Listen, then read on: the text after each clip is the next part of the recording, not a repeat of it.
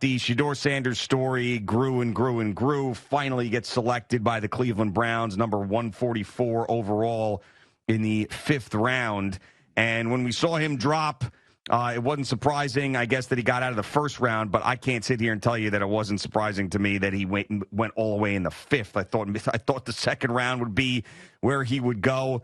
And what a statement from the league and the general managers and the owners that, one, they didn't think he was very good on the field, and 2, they didn't like the way he was carrying himself to the point that he didn't even go in the first 2 days of the draft, the prank call on top of it. I mean, this was as brutal as it got for Shedeur and his family on the biggest stage of all.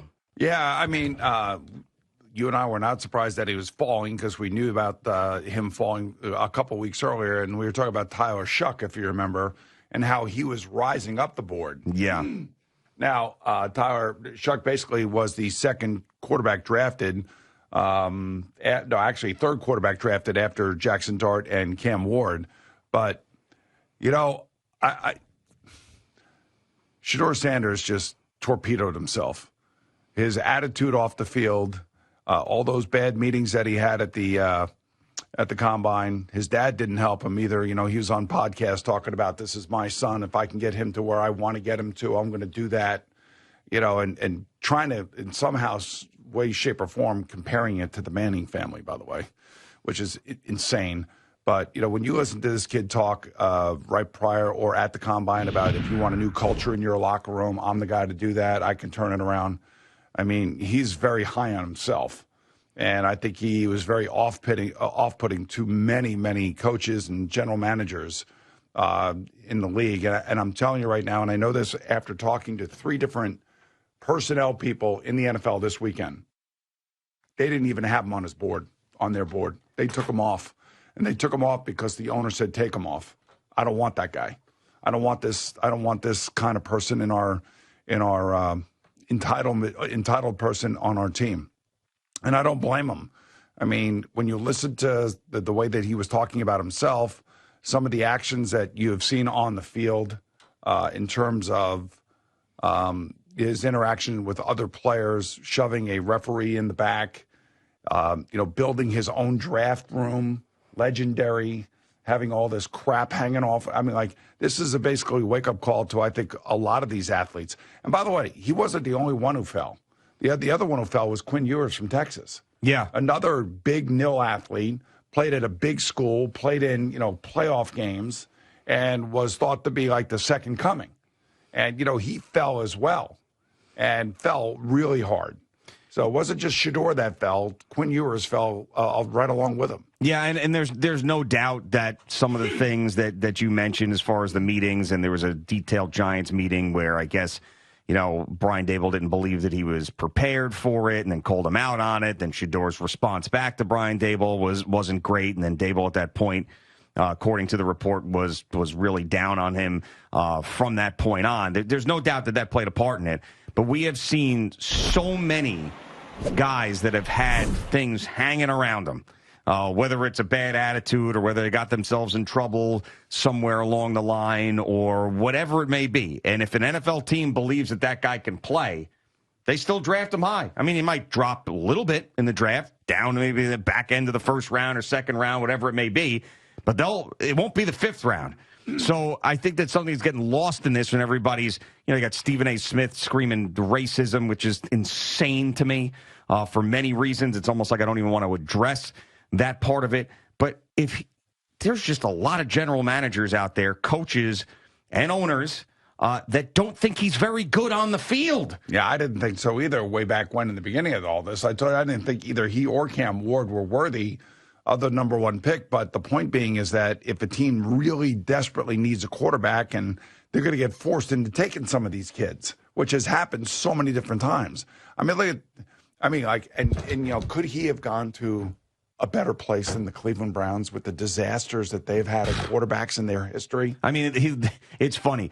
The Dion and Shedeur went from potentially forcing their way out of Cleveland in their minds at the top of this draft to being thrilled that the Cleveland Browns took him in the 5th round. Think about that. But here's the other thing. You know the guy I feel bad for? I feel bad for Dylan Gabriel. They drafted him ahead of Shedeur Sanders. And maybe this is the plan that Cleveland had all along. We're going to draft 2 quarterbacks, and we're going to try to create the ultimate competition to try to get the best out of Shedeur Sanders. Maybe they do believe that Shedeur Sanders was worth a higher pick, but now they're going to take him here and put him in a really highly competitive situation to see whether or not he's going to be able to, fight through this and become the player that he thinks he is. But remember, his dad is basically coached him in high school, coached him at Jackson State, coached him at Colorado, and now he's got to go out and be a man on his own. And, this is going to be a test. This is going to be a real test for him. And hopefully he does have a chip on the shoulder. But you think that quarterback room is all going to be solidly pulling for each other and trying to win? I mean, Joe Flacco's in there. You got Kenny Pickett in there. If they all stay there, I don't know what Cleveland's going to do. And now you have Dylan Gabriel, Shedeur Sanders. And by the way, Deshaun Watson's still on the roster. He's not going to play this year because of injury. But, I mean, just think about a dysfunctional franchise and how bad that they have managed the quarterback position over the years. And they had their guy. His name was Baker Mayfield. Yeah. And they wanted to get rid of Baker Mayfield because of why? Because he was too selfish. He was too self-promoting. He was in too many commercials. What did they just draft? Well, yes, and it's a little bit different, I think, when you're the number 1 overall pick and then you end up being a 5th round pick. But that Baker thing was a huge mistake. We know that. You look back on it, just asinine. The other part about that whole Baker Mayfield deal was he was hurt. That last year in Cleveland, his numbers were down because he played through injury. And then on top of that, they replaced him with Deshaun Watson. Yeah. I mean, that just goes to show you how dysfunctional this franchise is. And I love Kevin Stefanski. I think he's a really good coach. I don't know if he made this pick. I don't know if Jimmy Haslam made this pick. I don't know if Andrew Berry made this pick. I'm not sure, but it looked like Andrew Berry did based on that video. If you go back and watch it, it was a consensus pick to me. But I mean, just think of that quarterback room now. There can't be one guy pulling for the other guy in that room. Kenny Pickett, Joe Flacco, Dylan Gabriel, Shedeur Sanders. And if you're Dylan Gabriel, I know he can't do this, and he's going to have to go in there. Now he's a 5'10" lefty, and he really played well at Oregon. He's played a lot of football too, and he threw for a ton of yards in college. And he's probably by all counts sounds like he's a great kid. And maybe that's why you would draft a guy like this, because he came off really good in the meetings and was the opposite of Shedeur. And now here he is thinking, man, when he gets drafted, I'm going to go learn from Joe Flacco and Kenny Pickett, and maybe I'll have a chance to be the ultimate starter someday down the road. Now he's got to deal with this 3-ring circus. I mean, it doesn't get – I mean, I thought the Browns did the great thing with the trade with the Jaguars. I thought that was awesome. I gave them a lot of credit for doing that. And now I see this, and I'm like, what the hell are they doing again? We'll see how the Shedeur Dylan Gabriel thing could end up being a really good thing for Dylan Gabriel because, we see all these guys with these chips on their shoulder. He was already had a chip on his shoulder, being a smaller guy, being a 3rd-round guy. Now it's like with Shedeur, I mean, he's got every opportunity to be everything that Shedeur isn't. And the same thing with Shedeur, too. Like, now he's going to come in and be like, all right, you know what, everybody doubted me. I think it could be beneficial for both of them, and then, maybe they're both good, and then the Browns can trade one of them to go somewhere else, a quarterback-needy team. I mean, these guys, all you want, and I understand what you're saying for Dylan Gabriel because it's like his whole world definitely changed with that pick. Oh, my God. He went from like, all right, I'm going to the Browns to now what? Who did they just take? But it's like all you want is opportunity, right? That's all you're looking for is opportunity. Yeah, but, then, of course, he doesn't really nobody even really talks about his draft going to Cleveland. All anybody's talking about is Shedeur going to Cleveland. And then he has to have a press conference. Oh, yeah, I'm ready to work. I'm ready to go. I'm ready to be there. It's going to be a great fit for me. And I'm like, okay, there's other guys in that room too, by the way. Yeah. I mean, he has no filter whatsoever.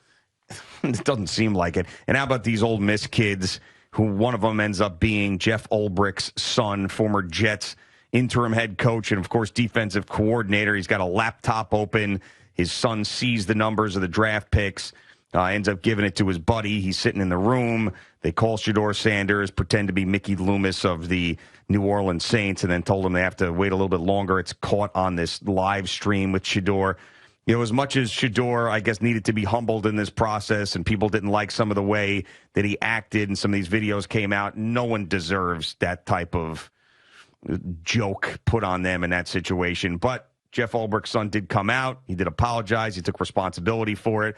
But as much as everybody was all over Shedeur and having fun with it, that was just that was too much, man. But the amazing thing is that Shedeur had his live stream going and the whole thing, and that's why we all knew about it. Yeah, because again, Shedeur is highlighting himself. Yeah. So that's why we saw it. I don't like the fact that Ulbricht's son did this, and I'm thinking Jeff is like, you got to be kidding me. Yeah. And he really put his dad in a really weird, tough spot. Listen, man. Really tough Thank spot. God he wasn't still with the Jets, because that's such a Jets thing, isn't it? Yes. Right, that the Jets would have to deal with something like that? I think it sucks that the kid did it, and I hate the fact that Shedeur, had to go through that. But again, like, we would have never known about it had Shedeur not been live streaming on social media. That's a good point. And this is why teams don't want him or didn't want him. Or owners told their general managers, get him the hell off the board. I don't want him. Like, you can't expect to be, like, totally entitled the way he has been entitled as at least the last 4 years. I don't know about the high school years and all that other stuff, but at Jackson State and at Colorado, he has been entitled. His father put him front and center, and that's fine. I love my kids too, and I want to do everything I can to help them. But his father retired his number after 2 years in a losing record.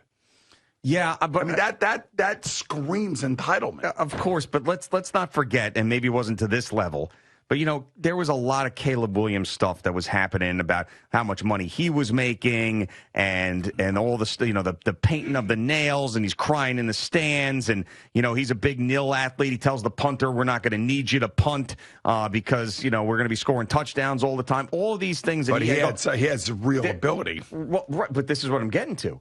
And there was that story about how he wanted equity in the team that drafted him, all this stuff. Yes. But he still went number one because teams thought he could play. So that's the point I just don't want to be missed in this whole thing. There's nothing that you said I disagree with about Shedeur and his attitude and the entitlement and all that. Yeah. But the NFL owners, the GMs and the coaches won't care about that if they think that guy can save their job, win a championship for them, solidify them in the annals of the organization that they're in. If the guy can play, he can play. The league told everybody, we don't think this guy can play. Well, and I'm just telling you, I know Caleb Williams had some of the same type of issues that Shedeur had, but this had to be internally with these meetings and around these teams, and maybe some of the teams. Let's just say the Carolina Panthers, and I don't know if this to be true or not, but let's say the Carolina Panthers wanted to have a meeting with Shedeur, and Shedeur really doesn't want to go to the Carolina Panthers. And he goes to the meeting, and he just turns off everybody in the room, including the GM, the owner of the owners there, the head coach. Everybody in the room is just like, this guy's crazy. There's no way we want any part of this. And that's part of the thing. You got to sell yourself to the people that are interviewing you. It's like any job like you go to, and it's a job interview. Yeah, I think here's the question. If Shedeur Sanders handled himself perfectly in every one of those interviews, and all the things that he's been criticized for off the field, he did the exact opposite, where would he have been drafted? I think a lot higher. Well, what's a lot higher? Third round? I think that if he would have presented himself the way that and I even think Caleb Williams had good meetings last year. He was good at the combine. I mean, he was good in terms of meeting with people. But you don't think Shedeur would have been drafted in the first round? No, I don't think. I didn't think that right when this whole process started. And that had nothing to do with what we have found out since. That only had to do with what I was watching on film. Because I saw a guy that was extending plays a lot, which is good. But, it was, I don't know. Second round, maybe? Yeah. I mean, I could see that as long as the attitude was the attitude that I felt like I could deal with. Sure. And that he was going to have a positive effect on my team, that he wasn't going to be a negative. And he found out that, building your own draft room, legendary, always on social media, hyping everything, showing the watch to the fans. I mean, shoving a referee in the back, not shaking the hand of the Colorado State quarterback after Colorado State loses to them. I mean, all of this stuff is taken in by all of these front office, because they're trying to do as much background as they possibly can on every single one of these kids. And if it's a quarterback, you really want to make sure that you know who this person is. Well, he's got an opportunity now to change all of that, and we'll see what he does. Is he going to be, next year or the next 2 years on the Colorado sideline with his dad, or is he going to be in the NFL making a name for himself? Do you think, I'm telling you, the Cleveland media is going to be all over this. Everybody's going to be all over this, and he's a 5th-round pick. And in the middle of all this is Joe Flacco, Kenny Pickett, and Dylan Gabriel. I mean, what just a disaster. He might get cut. It is a disaster. If he comes in there and does not do the things that you would expect from a guy who was humbled by this process, they'll cut him. I mean, he's a 5th-round pick. Yeah. They'll cut him. But there'll never be a 5th-round pick more scrutinized than this one. Yeah. When was Michael Sam taken? Because that was the 7th round. That was the 7th round, so yeah. He was the gay player that the Rams took. Right, but that's what I was trying to say. 5th-round pick, 7th-round pick, whatever it was. That was one that people had talked about. A late-round pick. But you're right. I mean, this is only about this kid's personality and the way that he carried himself. That's what this is about. And the fact they don't think he could play. Well, I mean, they do think he could play, or they wouldn't have drafted him. But the fact is that he did not impress anybody. And then, of course, like even Deion was on different podcasts talking about how, he wants to protect this kid. I'm like, well, you just protected him for 4 years. Sooner or later, he's got to grow up and do it on his own.